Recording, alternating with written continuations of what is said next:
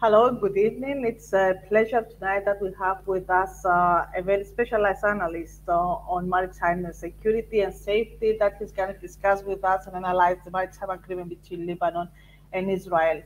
So we have a lot of questions about this maritime agreement, about the safety in the region, and how this agreement will be implemented in the relations with Turkey, Cyprus, and Greece.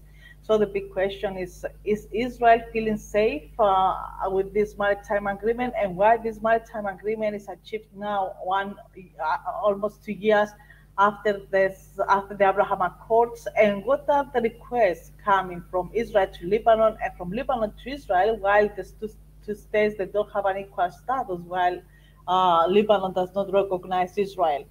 With us is Eyal Pinko. So Eyal, it's a pleasure to have you with us. You are in. You have to unmute yourself. Thank you very much. Sorry. It's a pleasure. It's a pleasure to have you. You are currently in Israel, so you have also a very good feeling about what's going on in the region, and you can describe everything about an agreement that is going to be signed the next days. So, Ayal, we have received almost 200 questions for this show.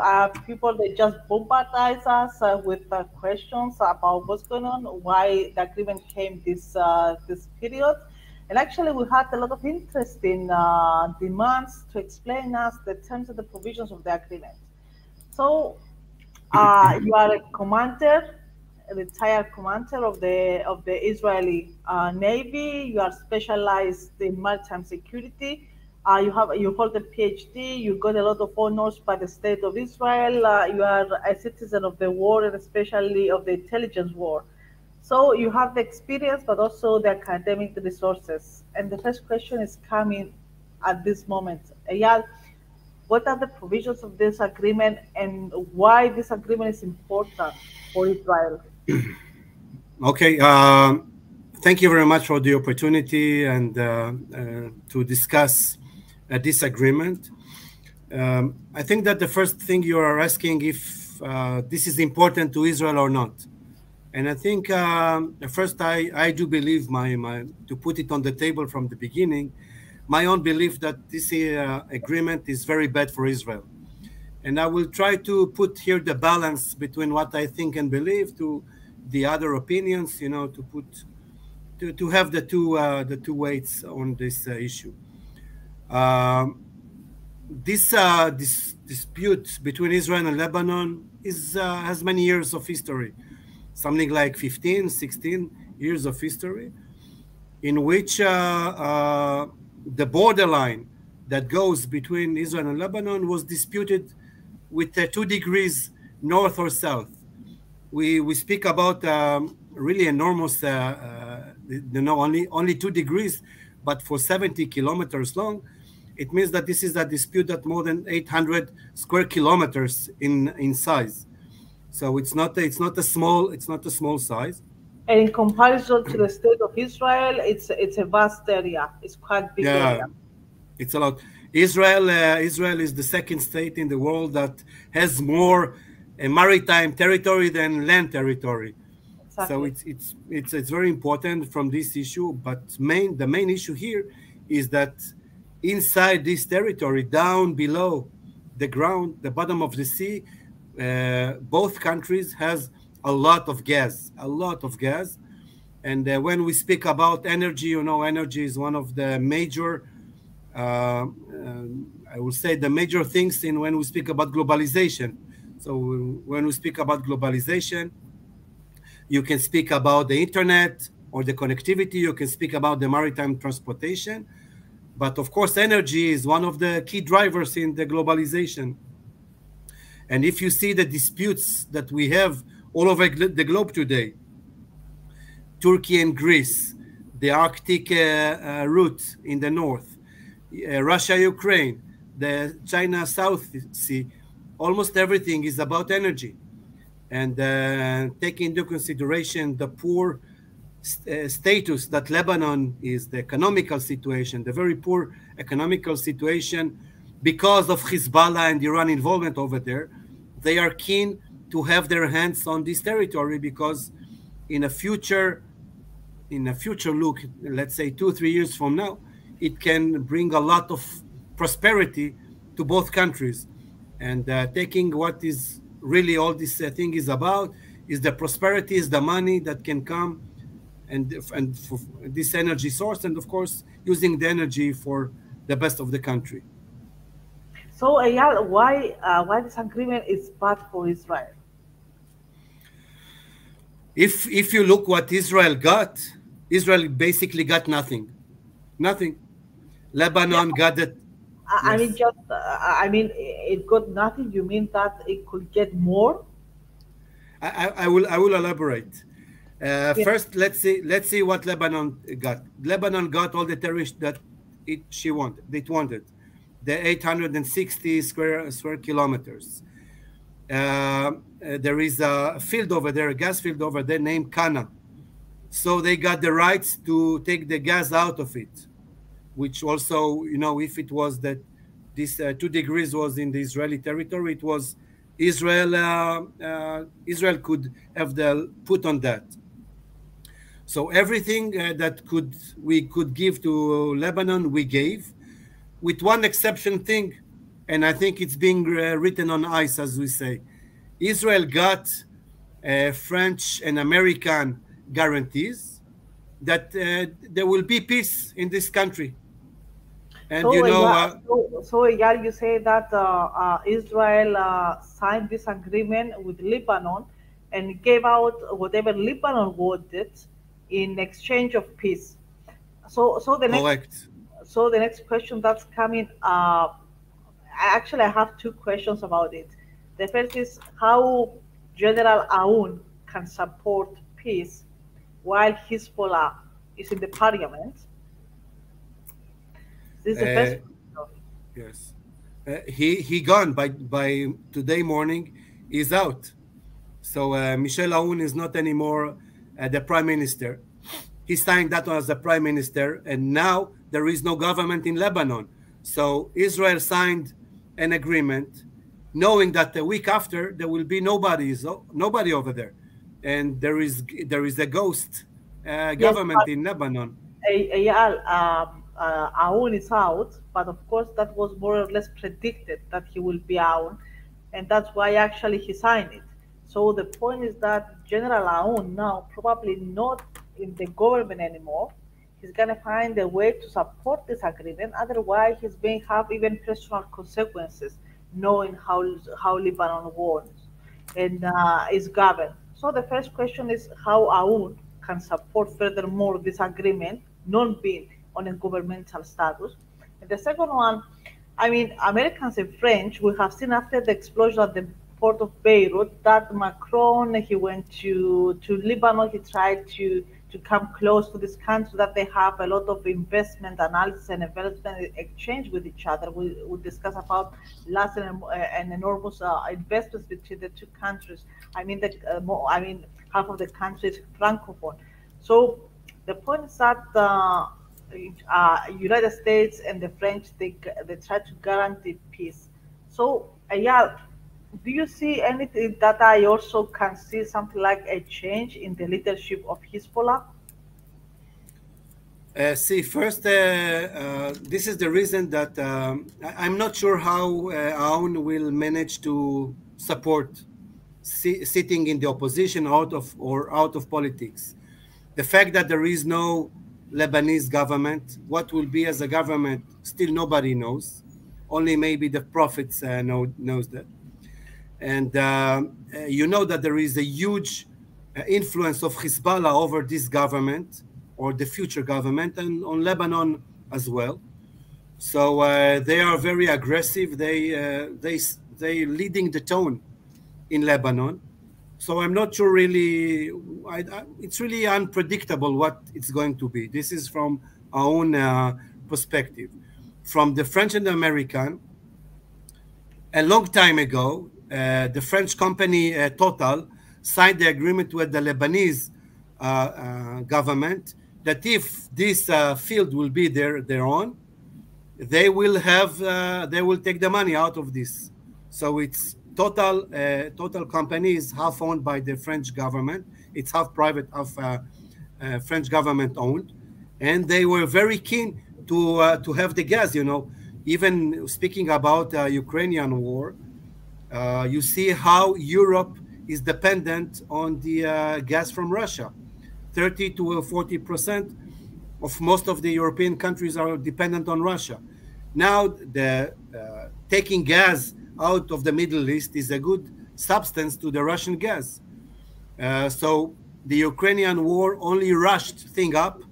Everyone wants to conclude this agreement in order to take the gas as fast as they can to Europe in order to dismantle the Russian, let's say, holding the European very So, tightly. yeah, can we say that we had the Abraham Accords signed 1.5 years ago? So between this period, there was a kind of peaceful and not so tensional rivalries between the parties in Middle East. But from the other side, we have seen that is this maritime agreement signed in order is met I, to construct it? there is no peace, and even if you see what is happening since 2006, since the last Lebanese war, there is no peace really. There is quiet, and there is a lot of mess during this quietness. Hezbollah is attacking from time to time, in small dimensions, sending UAVs and drones inside the Israeli territory. They are penetrating, they are bringing drugs from the Lebanese the border to Israel. They're doing a small terror attacks that Israel can retaliate and do nothing with that. So there is a fire, a small fire which is burning since 2006. There is no peace, and they are building their force since then. They have 150,000 rockets pointing to Israeli cities, and they are bringing a lot of Iranian weapons over there: drones, UAVs, missiles, anti-aircraft systems. And Israel is attacking from time to time those Hezbollah bases. So peace, there is no peace since 2006. Nothing. It's maybe you don't hear that on the news, but here you see that very well that there is no peace. But Eyal, is Israel worried about this from these attacks by Hezbollah? I mean, Hezbollah now is in the parliament, is becoming more or less mainstream, let's say. So I don't believe that it's gonna become a new PLO in any case. But do you really afraid? Do you feel a kind of fear from Hezbollah? Look, Israel first, at the first point, wants peace. Israel strive for peace, doing everything to have peace. Israel doesn't want any war. And we know that in the other side, there is an organization that seek to fight. It just strive to have war. And it's not a matter if there will be a war. It's a question when the war will be. This is the main question. Israel understand So that what you say, Yal, is that this agreement it was, let's say, another pros to have peace in the region. But the this problem is is, what this is. Yes, this is what Israel meant to be in this agreement. so, Yes. so actually, what can you hear from the Israeli analysis, the news, the medias, and everything? Now, who's gonna sign the agreement in Lebanon? And actually, who is gonna implement it? I mean, does Israel have any worries about who is gonna sign and who's gonna implement this agreement in Lebanon? What comes from Israel this period about this agreement? Yes, there is a big problem. First, the one that signed this agreement is a temporary government between or before the election, which is going to be on Tuesday. So, according to the law, they reacted and act not as the law. Not in the Uh, constitutional way. yes, it's But like but but, kidnapping. but they got the acceptance by Knesset, correct? Yes, because they are the majority. So it was not. They had to have the 80%. They went to the 60. They made some, as we call mishmash, a Amendment, little bit amendment. mess, and everything was meant that they will succeed in that. So take this even out from the equation. because of the people here in Israel want peace, and the leaders, the temporary government said this will bring peace because we are ensuring Lebanon free economic, energy, strengthening the Lebanese government because because of that, they will have prosperity. This was what was sold by the temporary government to the people, and people really want sick. People really don't Yeah, want any more this, war. this remembers me of Jordan back in 1997 when we have seen Sheikh Hussein trying to bring peace between the two countries. And actually, I mean, even if there were some shots, I remember the case that one Jordanian soldier shoot six or seven schoolgirls. King Hussein went to Israel to be with the families and met with the families. So the question is that we have this maritime agreement now. This maritime agreement, it's gonna have some difficulties about signatures, and in Israel and in Lebanon, because we have some temporary governments in both sides. From the other side, we have an Israel that says, "I'm gonna implement this agreement, because I'm losing what I believe what I'm losing." But from the other side, I'm gonna have a kind of peace, and I will proceed with Ismet. So the question is that this the Ismet, is it a project that Israel believes in? Israel, it's a big word to say.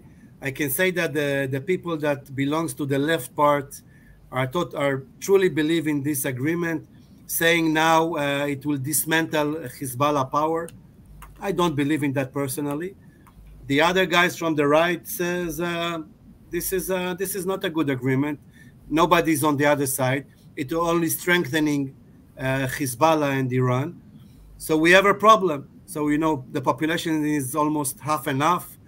So I think the population here in Israel, the people here in Israel are pretty torn up with what is the right answer for that. Ayala agreed that your specialization on PhD it was about Iran and the IRGC, correct? Part of that, yes, yes. So, It's uh, also on Hezbollah and others, but yes. the point is how this agreement is going to empower or not Iran in the region. Yeah. Um, First, we need to understand that Iran is pretty much handling everything that is in this arena. First, look in a broader way. Iran is supporting Russia with drones and soldiers and ammunition, and it's become more and more involved in this arena. Iran wants a nuclear program. Now, the help from Russia will also make it faster to reach those nuclear capabilities. And if you see what Iranian strategy and vision is to go back to be the kingdom from the ancient Persian kingdom, which means they see themselves as governing all the territory between Iran to the Mediterranean Sea, which means Jordan, Syria, Iraq, Lebanon, and Israel. So they are striving to be in the next few years, or what they see, that they will rule this region, and they are doing that step by step. They are supporting the Palestinians movements like Hamas, like the GDP. They are supporting Palestinians, Arabs living in Israel, putting the riots, and there's a lots of riots in Israel in the last Of course, few months. of course, yeah, there is this other kind of theory that okay, Iran can have imperial capacities that at the moment actually it has not military only, but I would say religious and political influence from Tajikistan, from Yes. where the drones now are built since last May. And they are manufactured and it comes to Beirut port that we have seen that they were planning Yes. according to the Iranian and China agreement with the 400 billions to exit and export project products to us by Beirut and Latakia. So this project actually was never achieved. But Iran, apart from its imperial capacities, there is this other kind of theory that keeps Arabs busy against Israel in order not Arabs to be busy with Iran. because also they have their own Yes. sectarial digits and issues. So the point and the question is that how these Abraham Accords help Israel to be secure, let's say, by anti-Israeli movements in the Muslim world, and not only coming by Iran. Yeah. As you said, first, we need to understand that Iran, it's not only military. They are implementing, like they implement in the Gaza Strip, like in Lebanon, they are implementing a whole state model in the country. You see Hezbollah, you see that, by the way, also in Yemen, by the Houthis. They are bringing military capabilities with armament, ammunition, doctrine, and all, and soldiers. This is one. But near to it, it's also they have healthcare services, religious services, educational, cultural. It's a whole state perspective. This is one, and in order, and they are really influencing the region with that. Israel, as a peacekeeping country, really will to make peace. I think that the Abraham Accords are something that we as Israeli kids, when we are growing up from age of almost nothing to grown up, we sing songs about the peace and the peace that will come and all. And I think that the implementation of Abraham Accords is part of this thing that we want peace. And of course, who goes with us? The countries that are seeing Iran as an enemy, the Sunni countries that see the Iranian, the Shia based Iranian regime. And this is the collaboration that we do. So for Morocco, Saudi Arabia, and the UAE, countries that are Egypt, of course. So Sunni countries that are seeing Iran also as a threat and are being, together, by the way, building a military force that will be amazing, but building a real peace based on economy, based But on culture. although I mean having the Sunni camp, I mean the Sunnis approaching Israel because they don't like Iran doesn't mean that they are friends with you. Yes, we try to be honest and to believe that we know that this is the enemy of the enemy, so we can be friends, but we want to establish this enemy of enemy not So only as actually, I mean, Eyal, after the Abraham Accords of 2020, does Israel see itself in the East? I mean, can you imagine yourself being an Israeli, having friendship, and have the ship in peace and the ships in peace in Persian Gulf? Or from the other side, do you just see that it's a temporary kind of peace that is gonna end when, for example, it's gonna come someone like Michelle Affleck in the power. yeah. I think that the good sign for that is to see that every day there are 6 flights from Israel to Dubai and Abu Dhabi. It symbolizes that Israel really believes that we can share culture, we can share businesses for a long time, not something that let's do it for 1 year and all. We really see that in those countries, real partners for a long partnership, a long peace, like we have from with Egypt from 1979. So maybe it's a little bit with Egypt, a little bit cold peace, and it's ups and downs and all, but we really strive for a long and strategic peace with those countries. So yeah, as we see that there are some difficulties with Israel to go to the east. I mean, Israel goes to the east, but still escalations are large. We have seen that. I mean, Iran also, it's a kind of state that is not predictable.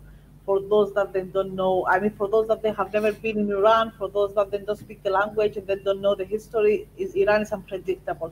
For all of us that we have, seen Iran and know how it works, we have seen that Iran implements a plan that goes for centuries. So, for example, when I used to see the investments in Belarus of Iran, When I used to see the investments in Pakistan, I could know who are going to be the military partners, the political partners in the future. And we see it now that, for example, the Iranian camps in Belarus, and part of the forces that they're entering from Belarus to Ukraine, they were trained by Iranians as well. But I mean, this is from our side. We follow other paths. We follow the trade path, the investor paths, so we can understand the political outcomes as well. So Israel indeed has difficulties to go to the east. I mean, after 8 years that it's been founded, still is looking for this path to go to the east. So the question is that Cyprus remains a vital part of the way that Israel is breathing.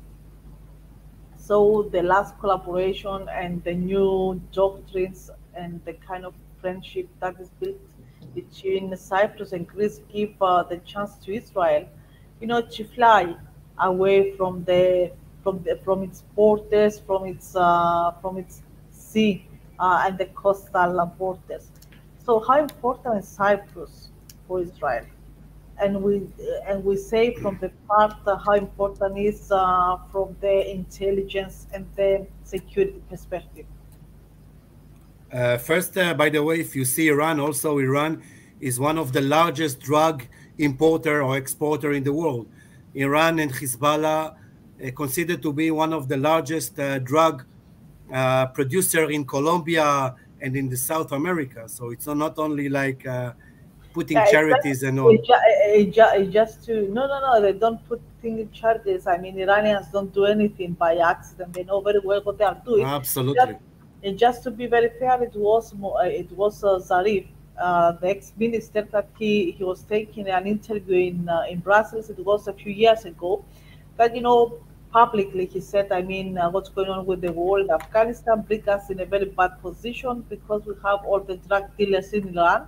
So unfortunately, they had to take some very hard measures for these hard dealers. But of course, Iran, like Iraq, like Tajikistan, and even the close country of Turkmenistan, they are in the drug paths. So even if they want to avoid it, they cannot avoid it. But certainly, Iran is not a state, is not a joke. Certainly. So about what they are planning Yes, for many years, and certainly they are doing good. correct. They are doing very good job when they have to do a good job, but they are doing, of course, very lousy jobs when they have to do lousy jobs. So this is the Yes. unpredictable of Iran: the success and Yeah, the failures. absolutely, absolutely. Iran is doing everything it can in order to drag the European citizen and the American citizens. They are doing their best in order to do that. it's, That's for sure. there are a lot of explanations about it, but certainly it's not Iran. I think it is the least about in the drugs things in comparison of what's going Yes, on in Central Asia, because you're right. I've been there. I have seen how strict they are with the drugs, but I have seen also how easy it is to get drugs in Iran. Like you can get drugs in Tajikistan and in Pakistan. Unfortunately, the geographical position gives them the bad luck to face drugs every day. It just Yeah. so yeah, how is I'm sorry. I'm happy that I didn't try it over there. Yeah. so So for your questions about Cyprus and Greece, it's true that Israel is looking in a very global way. Israel, even though we are very, very small and tiny, 9 million people, Israelis by nature and by culture loves to do business and spread all over the globe. And you see Israelis in Americas, in both Americas, in Africa, in Asia a lot. So Israel, as a culture, looks in a very, very broad aspect. Speaking about businesses, so okay, uh, when we speak about, let's say, military strategy and partnerships. So first, as you said, of course, we look on Saudi Arabia and UAE as partnership in order to block Iranian efforts from far. But in our region, in our small bed, or in our region, uh, Greece and Cyprus are the most important strategic partner to Israel. We understand that we are surrounded by nation states that are not really like us. Egypt, even though we have peace with them, it's very shaky, and the Muslim brotherhoods can be very, very quickly inside, as they were. Lebanon and Syria. Turkey, even though, we try to make some peace agreements with Turkey, we understand that, the previous head of the Mossad, Yossi Cohen, said in one journalist publication that he thinks that Turkey is more dangerous to Israel than Iran. And I truly believe with that. Okay, even Why, though why, probably, why do you believe that? um, why do I believe that? First, I visited Turkey many times when we had peace and calm with them at a lot of business cooperation. I think in the last years after Radwan came into power for so many years, Erdogan is totally anti-Israeli, and you see that he is He's operating anti-Semite or anti-Israeli. anti-Israeli, and not anti-Semitic. I think he loves Jews and he has Jew friends, but it's considering the state of Israel. And you see there are many actions that are taken against Israel, supporting Hamas, bringing money to Hamas, supporting the Yemen Houthis. Can you hear me? Yes, of course. Of course, yes. Can you hear me? Yeah, yes, yeah. Yes, I Hello? can hear you. Yes. Yes. He's supporting by money the Hamas, the organization. He's supporting by money the Yemen Houthis. He is operating the Tika organization from Jerusalem, supporting the Palestinians in many cases. So he is a huge supporter of those terror organizations with money, with a lot of other means. He has, all the terrorist organizations says in Turkey base headquarters, doing all the businesses over there. So Turkey in under Erdogan is dangerous to Israel, as the previous head of the Mossad said. And and when you see in this region, the two important countries for Israel, it's Greece and Cyprus, two democracies laying or based on the same values, ideas, and even facing the same threats. So this is the Israeli perspective towards Cyprus and Greece. So Eyal, in this case, is that you feel very very close to the Cyprus and Greece because, of course, for example, in Cyprus we have a lot of Israelis, and we hang around. Our neighbors are Israelis, so it's easier, of course, to approach an Israeli than, let's say, to approach a German or someone from Sweden. The point is that what actually Israel won from Cyprus and Greece. I mean, do you want to back up security? Do you have the feeling that if there is an invasion uh, by a, by an enemy, Cyprus and Greece is going to be, the backup place to evacuate Israel? Do you, I mean, plan? I mean, there was a kind of agreement that that Israel is going to sell part of Iron Dome to Cyprus, but of course for its own protection. So, from the intelligence and security point of view, how do you see Cyprus and Greece? Israel, I think, since 1973, the war in 1973, what we call the Yom Kippur War, Israel has the strategy to be dependent on itself, not to be dependent on anyone else. And I see even in the Ukrainian war, Ukraine understands she cannot depend on anyone else. So I think that this is the point of Israel. But Israel understands it's running in the international partnerships and the international community. And Israel wants to have as much as support, especially in the diplomatic arena. So I think this is the major issue from Israel: culture, economical perspective, businesses, and of course diplomatic ties to support Israel with the threats from in-house and of the house. So yeah, I mean, if you feel that the kind of critic Yossi Cohen, which I would say that Yossi Cohen, though I mean he was a very good friend of Netanyahu, and sometimes he used to exaggerate about things. Generally, he used to understand the situation as it is. I mean, he was a very direct man. So Yossi Cohen used to say that Turkey it could be an enemy for Israel, talking about the threats that Israel could receive by Turkey. The point is, how does Israel feel now that Turkey may become an energy and nuclear hub, and it's receiving much help, from Russia? Does does Israel feel secure from Turkey that is becoming an energy hub? First, if you can see what Russia is doing since the war on all the businesses, Turkey already is a hub for businesses with Russia, businesses from Russia. Turkey already is over there, and as I said, Israel really wants peace with Turkey. It's not that we. Yeah, It's but not I what mean, that. do you feel a kind of competition? Do you feel a threat that Turkey is getting, empowered in the region? The thing that we feel threats from Turkey is that Turkey is supporting the terrorist organizations in the Gaza Strip and in Israel and in the surrounding. This is what really is bothering Israel. So how Israel is reacting on the diplomatic level on that? What Israel, as you saw this week, or it was last week, I already, all the days running too fast. The Israeli Ministry of Defense went to Turkey to speak with Erdogan. Israel is trying to combat the Turkish efforts to enforce our enemies by bringing peace.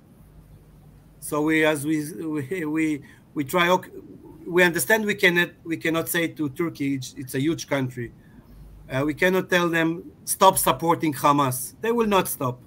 So we're trying to do it on a basis of economy, of peace, negotiations. That's the only way we can do it. They have the seventh biggest military in the world. Eh, It's a huge country. so Eyal, how the relations between Greece, Cyprus, and Turkey may affect Israel in the Mediterranean Sea? First, we truly believe, we truly hope, not believe, we truly hope that Turkey will not do any kind of military moves against Greece and Cyprus. And you saw the drills that our Turkey are doing on the islands near Greece and even in on the Greek waters. The agreement they had in the end of 2019 with a part of Libya to take the maritime zone that they will declare that this is their own. None doesn't care about the Cyprus part or the Greek part. So Israel looks on that in very alerting way, hoping they will not do any kind of crazy or stupid things. And we truly hope that nothing will be, Yeah, I mean, this kind of agreement, the memorandum between Turkey and the part of Libya with Sarraj, does this influence the the progress on its bed? if it's influencing, I'm sorry, I didn't hear you. The construction and the plan for East Med, because East Med actually is gonna pass. Let's say that it's gonna be constructed, it's gonna pass from this area. So the point is that Turkey, the main obstacle that is getting by this memorandum with Libya is not actually only against Cyprus and Greece, but it's also against Israel because part of the East Med is going to cross these waters. Absolutely. First, it's absolutely against Israel because one of the projects we have is to move gas from Israel to Italy. And it means by force that the gas, the pipeline, will go through the Turkish territory, which we understand they will not be enable us to do it. So it's a very bad situation. And you see that from one side, the Turkish are going with Tripoli, trying to promote their things. And on the other side, you can see the Haftar forces in Benghazi that being supported by France, Spain, Portugal, the US, understanding that the Turkish moves on the other side are not realistic and problematic. So, yeah, we have a kind of question that is coming by one of our friends. So, one of our friends, it says that the provisions of the maritime agreement between Lebanon and Israel can be implemented by between Turkey and Libya, or between the occupied section of Cyprus with any other country, because in this agreement we have two states that do not recognize each other, and actually Lebanon is not recognizing Israel, though they declare an agreement. So it became from the very business way of doing things instead of the international law perspective. So the Yeah. question is that how can this agreement become, a case study, or any such cases like the memorandum between Libya and Turkey, the time that in Libya we don't have a constitutional law-based um, government, and also, I mean, the northern part of Cyprus was never recognized as a full state. Yes.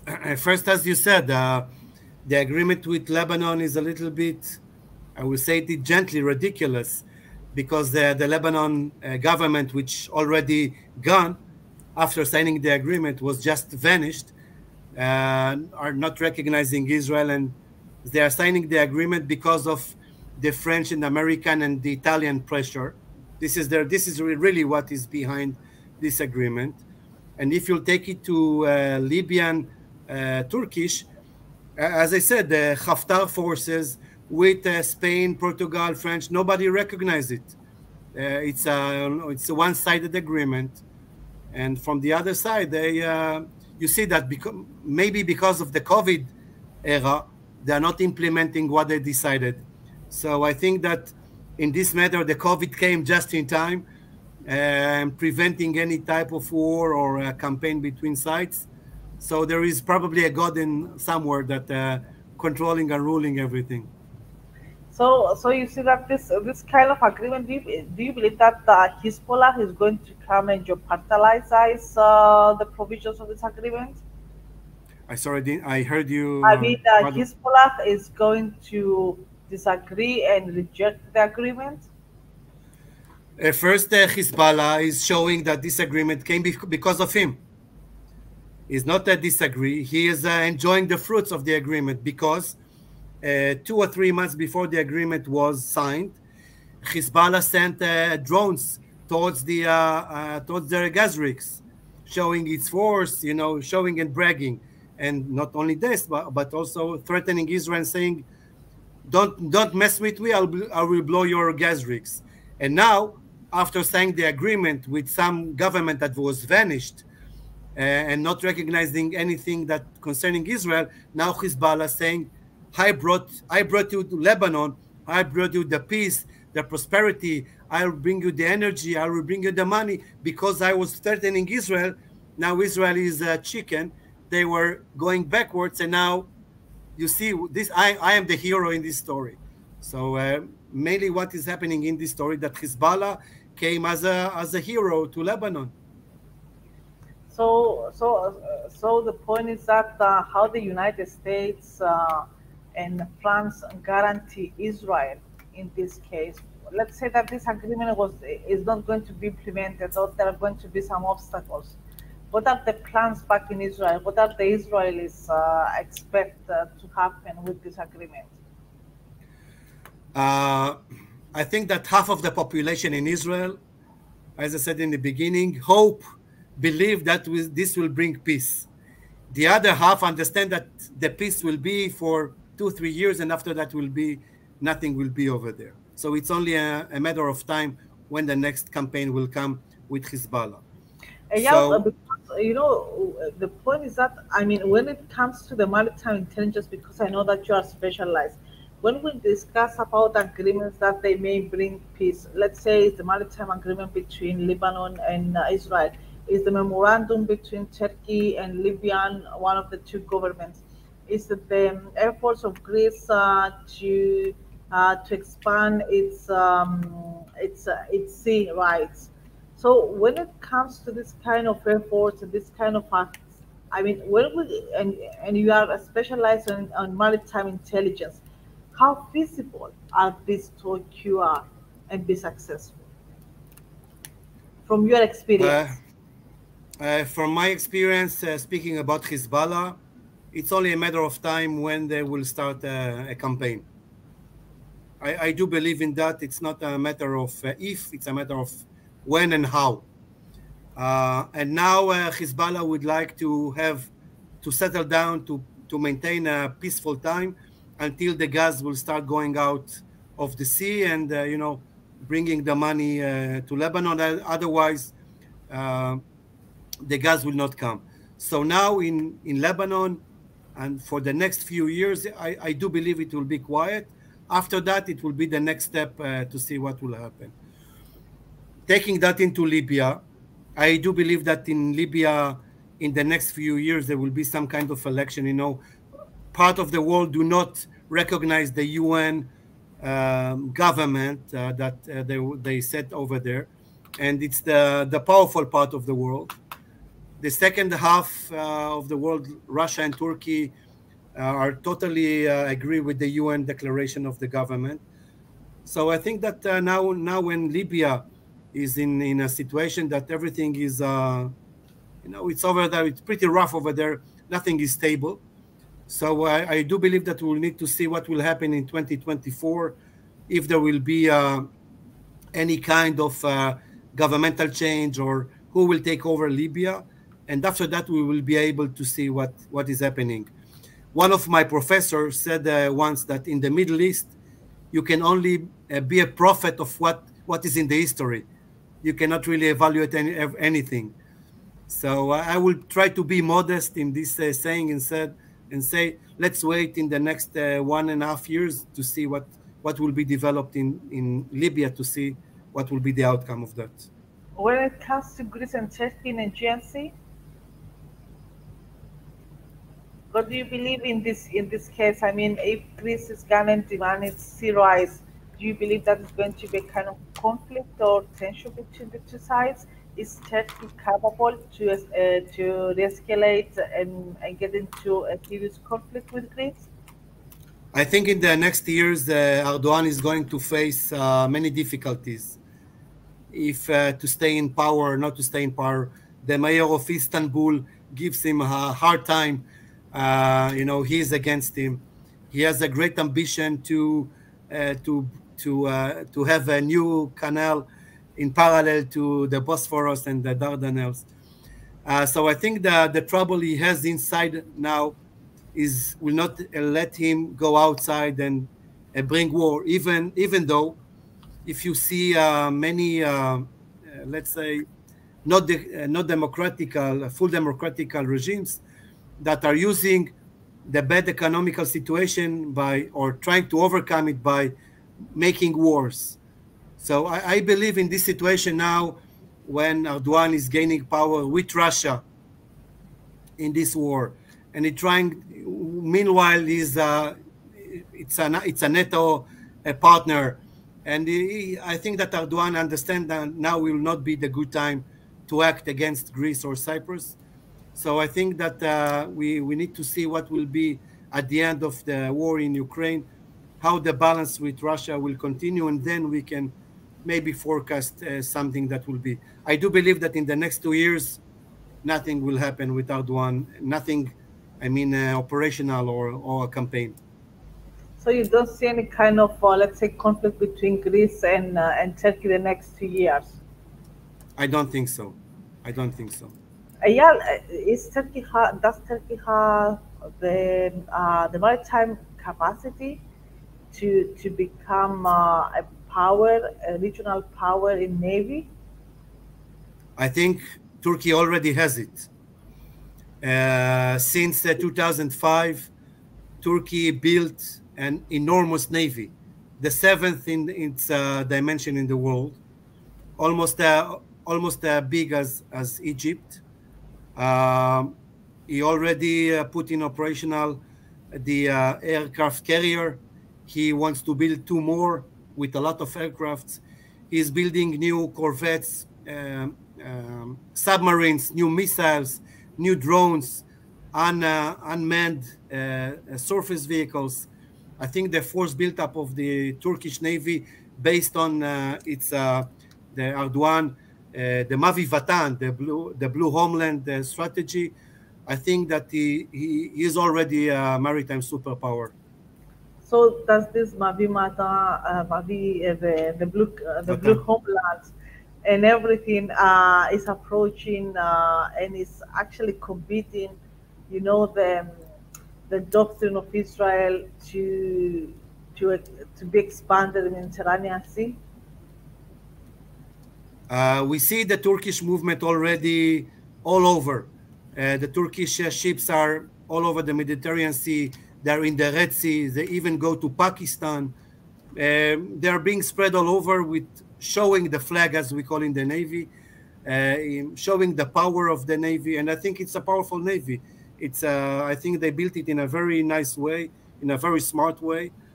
And I think nobody really wants to mess with the Turkish Navy So with actually, his force.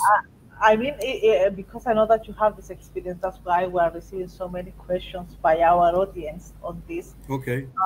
So actually, now they are coming with the questions. So the question is, let's say that there is a kind of comparison between among the navies of Israel, Turkey, and Greece. How you, I mean, how you will give them in a priority capacity. I think that the Greek and the Israeli Navy are pretty much of the same in their power. Israel is. I can speak about the Israeli Navy perspective. Israel, until recently, didn't think as the Israeli Navy as some kind of one of the most strategic division of it. It's always in Israel was the Yeah, power to the intelligence, to the air force, and for the parachuters. This was the focusing of the Israeli military. After expanding of the threats from the Red Sea, from the gas rigs and all, Israel understood the importance of the navy. I think that Greece already understood it much, much, much before Israel. If you see the force buildup in the navy in the last 10 years, it's enormous relatively to the Israeli military. And we as Israel built on our capability, our capacity of good doctrine, good or let's say high technology systems that can do miracles. And I truly hope that on the triangle of technology, doctrine, and good people, we will able to maintain the security and the sovereignty of Israel. in comparison to Iran, Israeli and Iranian navies. This is very very different navies. First, in Iran is operating two navies. One is, as we call, a regular navy that is doing long endurance operations in Bab el Mandeb, in the Red Sea, even in the Mediterranean Sea, doing like a regular navy, and should stop mainly the American Navy and the Egyptian and the Saudian navies a very long distance from shores. Parallel to this regular navy, they are operating a very powerful the Iranian Quds Force and the Iranian, Revolution Guard Navy, what we call the IRGC Navy, which has thousands of small boats, very fast boats, with various of weapons. Some of that are stupid, as we call, like sea mines, torpedoes, missiles, with lots of variety, and they aim only to safeguard the Hormuz Straits. So once they understand that the Americans are coming, they are doing the blockade, and this is what we call uh, a strengthening power or a choke point. So they want to close the choke point and to safeguard Iran. So it's a different Yeah, doctrine. yeah, the Yes. presence of the fifth American fleet in Bahrain after the Abraham Accords. Did this change the balance in the Persian Gulf? I think that if you look on the Iranian and the American Navy over there, it's the Fifth Navy being enforced by some of the Sixth Navy over there. Uh, the American Navy has the capability of maintaining aerial superiority, and I think that this is the what they call the trade-off or the offset strategy to maintain aerial superiority and to just eliminate or to kill all the targets in the surrounding, even the maritime targets, in order not to put face to face with American ships, with the IRGC Navy ships, because of the Iranian strategy. So there is some kind of US capability that enable the American ships not to confront ship to ship fight. So at the moment, yeah, if we look into the case, we see that there are a lot of fleets in the region that can be capable. So there was a kind of incident. It was a few months ago that Iran still has Greek crews as hostages in Bandar Abbas. So, and that was actually as a kind of revenge of Iranian of the Greek state taking the Iranian oil in Aegean Sea. So, Yes. how does this move? How Iran is behaving in relative stories, in relative cases when they have hostages, especially on navy escalations. First, nowadays, Iran, during the sanctions that were imposed by President Trump, they are not allowed to sell oil. But they are, in order to maintain themselves, they are doing piracy. They're doing that oil transfer. So from the maritime law and international law and the laws of IMO, the International Maritime Organization, the Greek state was right to occupy and then release the Iranian ship. Totally, totally right. It was the Iranian are acting against the sanctions, against the UN sanctions, and the Greek Navy did a very good job, very professional job, stopping the Iranian ship that are acting against the UN regulation and sanctions. So from the legal Uh, perspective, it was correct the action of the Greek state. Totally correct and totally professional work. Yes, and the Iranian don't like it, so they are revenging. From time to time they bring their revenge towards the Greeks, towards the British, towards the American. They find they fired even some missiles towards Israeli merchant ships 3 times. Yeah, yeah, we So know about they are it. trying. They are saying, okay, don't mess with us. They're trying to say or to threaten in another So way. Eyal, I mean, because they are keeping the hostages for a long time, the point is that, I mean, what Iran is expecting, and actually, how is Iran behaving in relative cases? Iran is expecting that the sanctions will be removed and that the commerce with the EU and Iran will continue or will start over. And Iran expects that it will be allowed to sell oil all over and to gain its money back, and of course to develop its nuclear capability. So, Eyal, Uh, what you would advise, how would you advise the Greek state to act in the case of the hostages in the Iranian ports? uh, I think that the way to deal with that is to negotiate. There is nothing really the Greek or the Israeli can do against those kind of events. The only thing that there is to go is via diplomatic channels, through the UN, through the Americans, through the Russians. which has especially now a lot of influence on Iran. So I think this is the only way that can be achieved. Do you believe Uh, that the silent diplomacy works with Iran, or I mean, in this kind of cases, the public pressure and the diplomatic pressure needs to go in public? I think it should be only under or below the radar negotiations. Everything that will go public in the media will not go. So it's not gonna work. I don't believe it. This is my assessment, of course. So at the moment, Yarlen, we have the last two questions, and actually we are receiving a lot from our friends, and it's precious and lovely that they participate into this.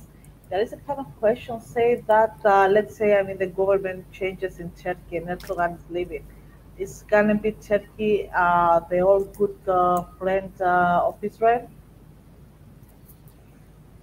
I don't know. I don't know how to answer this question. I can just say, in the historical perspective, that Israelis and Turkish had a very good relationship in the past.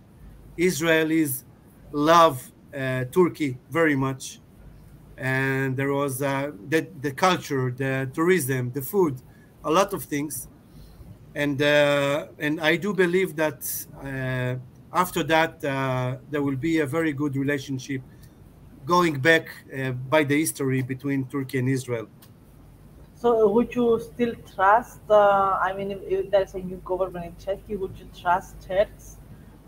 The time that you know that they have a lot of affiliations with the what you call enemies of Israel, would you trust them back?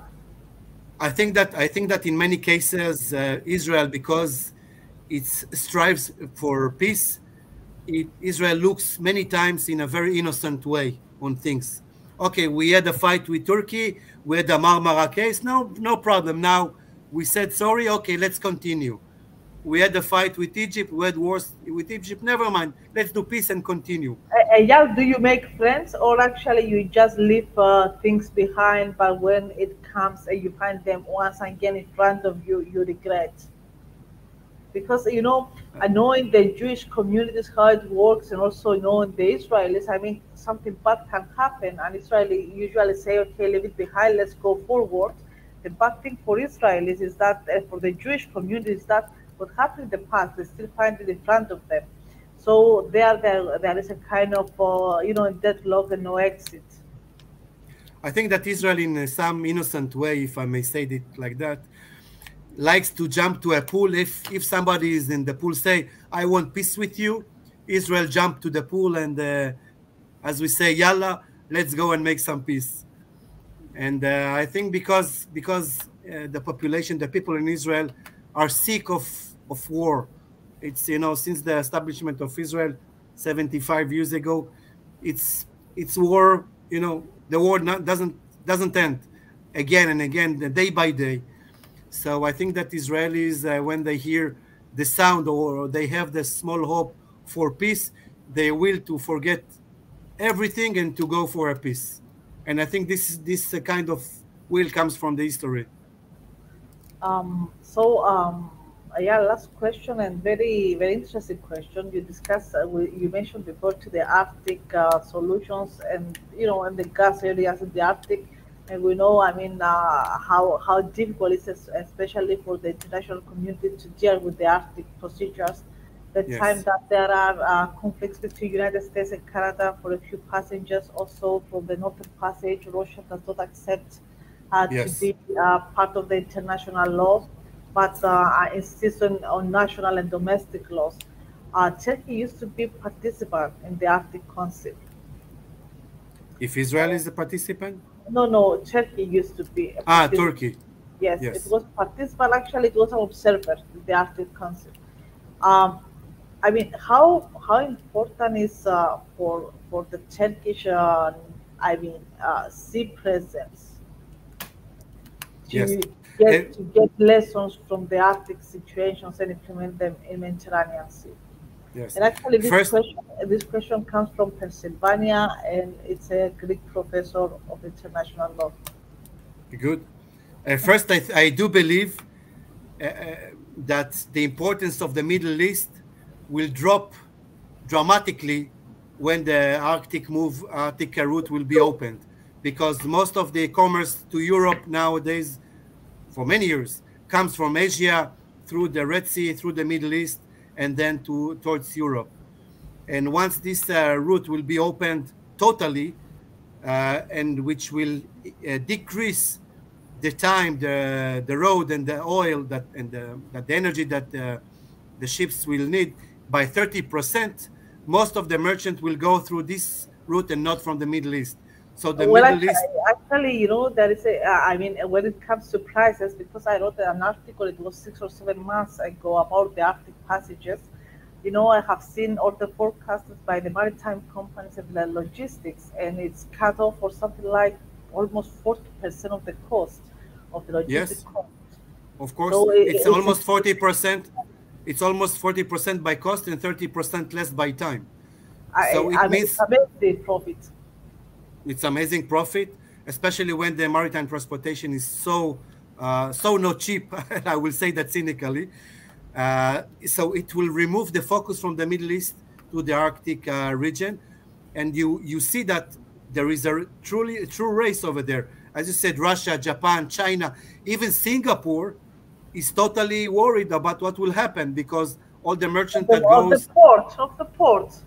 because of them, yes, because of the Malacca Straits. Most of the trades are go almost 100% goes through the Malacca Straits. So even Singapore is worried what will be with the Arctic route. So absolutely, Turkey is looking towards the Arctic route to see what will happen, to see what are the process and the progress over there.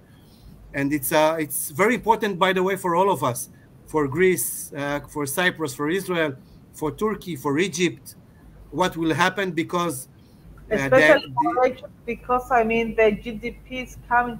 I mean, by large yes, component by Suez Canal. yes, this is what I want to say, that the a huge part of the economy of all those countries, including all of us, it comes from the fact that the maritime transportation from China. Ayala will tell you something for all of us who are doing geoeconomics and who are doing geopolitical risk with investments.